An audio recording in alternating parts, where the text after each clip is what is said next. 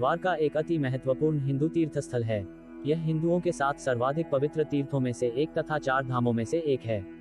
यह 7 पुरियों में एक पुरी है। जिले का नाम द्वारकापुरी से रखा गया है, जिसकी रचना 2013 में की गई थी। यह नगरी भारत के पश्चिम में समुद्र के किनारे पर बसी है। हिंदू धर्मग्रंथों के अनुसार भगवान कृष्ण ने इसे बसाया था। यह श्री कृष्ण की कर्मभूमि है। द्वारका भारत के 7 सबसे प्राचीन शहरों में से एक है। आधुनिक द्वारका एक शहर है। कस्बे के एक हिस्से के चारों ओर चहारदीवारी खींची है। इसके भीतर ही सारे बड़े बड़े मंदिर है। काफी समय से जाने माने शोधकर्ताओं ने पुराणों में वर्णित द्वारिका के रहस्य का पता लगाने का प्रयास किया, लेकिन वैज्ञानिक तथ्यों पर आधारित कोई भी अध्ययन कार्य अभी तक पूरा नहीं किया गया है। 2005 में द्वारिका के रहस्यों से पर्दा उठाने के लिए अभियान शुरू किया गया था। इस अभियान में भारतीय नौसेना ने भी मदद की। अभियान के दौरान समुद्र की गहराई में कटे छठे पत्थर मिले और यहां से लगभग 200 अन्य नमूने भी एकत्र किए, लेकिन आज तक यह तय नहीं हो पाया कि यह वही नगरी है अथवा नहीं जिसे भगवान श्री कृष्ण ने बसाया था।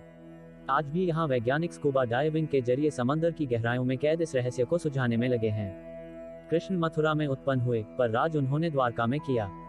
यहीं बैठकर उन्होंने सारे देश की बागडोर अपने हाथ में संभाली, पांडवों को सहारा दिया, धर्म की जीत कराई और शिशुपाल और दुर्योधन जैसे अधर्मी राजाओं को मिटाया। द्वारका उस जमाने में राजधानी बन गई थी। बड़े बड़े राजा यहाँ आते थे और बहुत से मामले में भगवान कृष्ण की सलाह लेते थे।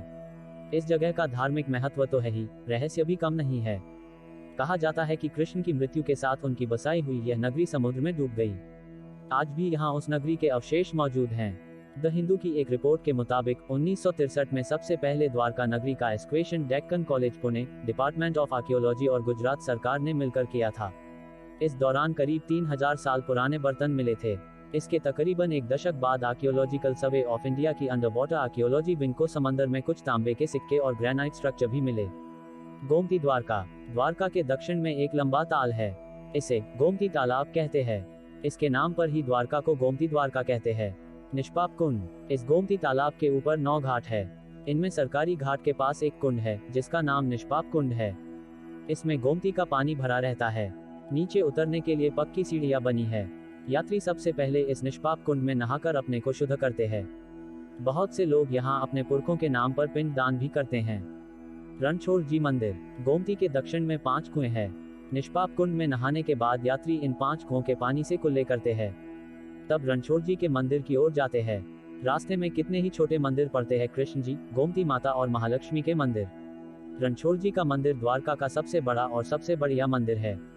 भगवान कृष्ण को उधर रणछोड़ जी कहते हैं। सामने ही कृष्ण भगवान की 4 फुट ऊंची मूर्ति है। यह चांदी के सिंहासन पर विराजमान है। मूर्ति काले पत्थर की बनी है। हीरे मोती इसमें चमचमाते हैं। सोने की 11 मालाएं गले में पड़ी है। कीमती पीले वस्त्र पहने हैं। भगवान के 4 हाथ है। एक में शंख है, एक में सुदर्शन चक्र है, एक में गदा और एक में कमल का फूल। सिर पर सोने का मुकुट है। लोग भगवान की परिक्रमा करते हैं और उन पर फूल और तुलसी दल चढ़ाते हैं। चौखटों पर चांदी के पत्थर मढ़े हैं। मंदिर की छत में बढ़िया बढ़िया कीमती झाड़फानूस लटक रहे हैं। एक तरफ ऊपर की मन में जाने के लिए सीढ़ियां है। पहली मंजिल में अंबा देवी की मूर्ति है। ऐसी 7 मंजिलें हैं और कुल मिलाकर यह मंदिर 140 फुट ऊंचा है। इसकी चोटी आसमान से बातें करती है। परिक्रमा। रणछोड़ जी के दर्शन के बाद मंदिर की परिक्रमा की जाती है। मंदिर की दीवार दोहरी है। 2 दीवारों के बीच इतनी जगह है कि आदमी समा सके। यही परिक्रमा का रास्ता है। रणछोड़ जी के मंदिर के सामने एक बहुत लंबा चौड़ा 100 फुट ऊंचा जगमोहन है। इसकी 5 मंजिलें हैं और इसमें 60 खंबे हैं। रणछोड़ जी के बाद इसकी परिक्रमा की जाती है। इसकी दीवारें भी दोहरी है। दुर्वासा और त्रिविक्रम मंदिर। दक्षिण की तरफ बराबर बराबर 2 मंदिर है। एक दुर्वासा जी का और दूसरा मंदिर त्रिविक्रम जी को टीकम जी कहते हैं। इनका मंदिर भी सजा धजा है। मूर्ति बड़ी लुभावनी है और कपड़े गहने कीमती है। त्रिविक्रम जी के मंदिर के बाद प्रधुम जी के दर्शन करते हुए यात्री इन कुशेश्वर भगवान के मंदिर में जाते हैं। मंदिर में एक बहुत बड़ा तहखाना है। इसी में शिव का लिंग है और पार्वती की मूर्ति है।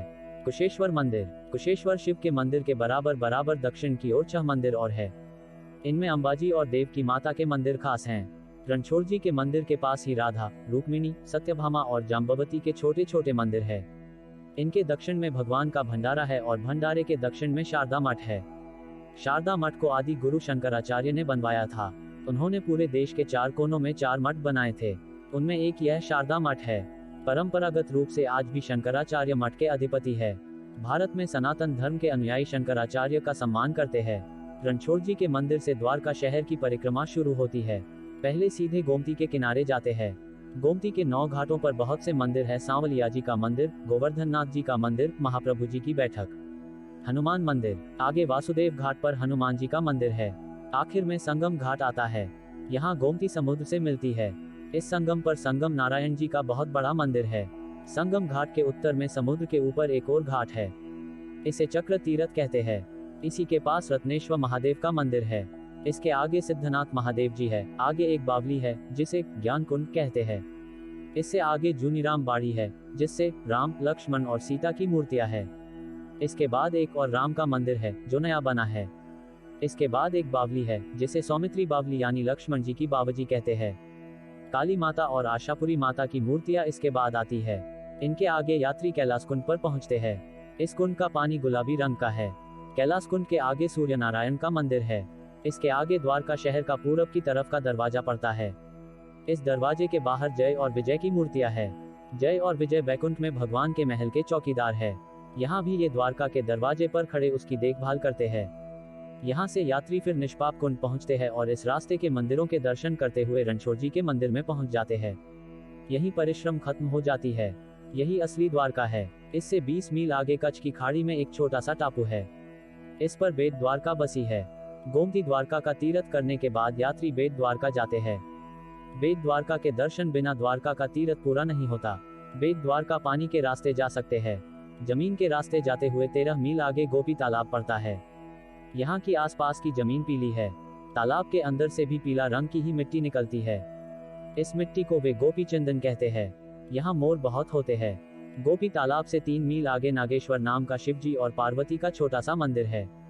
यात्री लोग इसका दर्शन भी जरूर करते हैं। कहते हैं भगवान कृष्ण इस बेट द्वारका नाम के टापू पर अपने घरवालों के साथ सैर करने आया करते थे। यह कुल 7 मील लंबा है। यह पथरीला है। यहाँ कई अच्छे और बड़े मंदिर है। कितने ही तालाब है, कितने ही भंडारे हैं, धर्मशालाएं हैं और सदावरित लगते हैं। मंदिरों के सिवा समुद्र के किनारे घूमना बड़ा अच्छा लगता है। रणछोड़ जी के मंदिर की ऊपरी मंजिलें देखने योग्य है। यहाँ भगवान की सेज है। झूलने के लिए झूला है। खेलने के लिए चौपड़ है। दीवारों में बड़े बड़े शीशे लगे हैं। इन 5 मंदिरों के अपने अलग भंडारे हैं। मंदिरों के दरवाजे सुबह ही खुलते हैं, 12 बजे बंद हो जाते हैं, फिर 4 बजे खुल जाते हैं और रात के 9 बजे तक खुले रहते हैं। इन 5 विशेष मंदिरों के सिवा और भी बहुत से मंदिर इस चहारदीवारी के अंदर है। ये प्रद्युम्न जी, टीकम जी, पुरुषोत्तम जी, देव की माता, माधव जी, अंबाजी और गरुड़ के मंदिर है। इनके सिवाय साक्षी गोपाल, लक्ष्मी नारायण और गोवर्धन नाथ जी के मंदिर है। ये सब मंदिर भी खूब सजे सजाए हैं। इनमें भी सोने चांदी का काम बहुत है। बेट द्वारका में कई तालाब है। रणछोड़ तालाब, रत्न तालाब, कचौरी तालाब और शंख तालाब। इनमें रणछोड़ तालाब सबसे बड़ा है। इसकी सीढ़ियां पत्थर की है। जगह जगह नहाने के लिए घाट बने हैं। इन तालाबों के आसपास बहुत से मंदिर है। इनमें मुरली मनोहर, नीलकंठ महादेव, रामचंद्र जी और शंख नारायण के मंदिर खास है। लोग इन तालाबों में नहाते हैं और मंदिर में फूल चढ़ाते हैं। रणछोड़ के मंदिर से 1.5 मील चलकर शंख तालाब आता है। इस जगह भगवान कृष्ण ने शंख नामक राक्षस को मारा था। इसके किनारे पर शंख नारायण का मंदिर है। शंख तालाब में नहाकर शंख नारायण के दर्शन करने से बड़ा पुण्य होता है। बेट द्वारका से समुद्र के रास्ते जाकर बिरावल बंदरगाह पर उतरना पड़ता है। 2.5-3 मील दक्षिण पूरब की तरफ चलने पर एक कस्बा मिलता है। इसी का नाम सोमनाथ पट्टल है। यहाँ एक बड़ी धर्मशाला है और बहुत से मंदिर है। कस्बे से करीब 2.25 मील पर हिरण्य, सरस्वती और कपिला इन 3 नदियों का संगम है। इस संगम के पास ही भगवान कृष्ण के शरीर का अंतिम संस्कार किया गया था।